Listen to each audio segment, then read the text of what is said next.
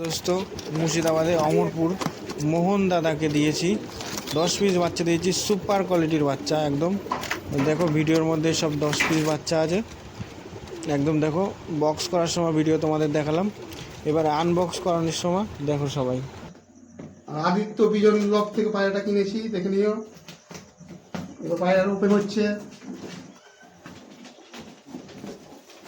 পায়রা সব ঠিক আছে, 10টা পায়রা আছে।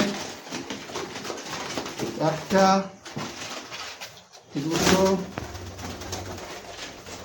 3টে 4টা 5টা 6টা। দাদার কাছে পৌঁছে গেছে পায়রা, একদম দুর্দান্ত কোয়ালিটির পায়রা আছে।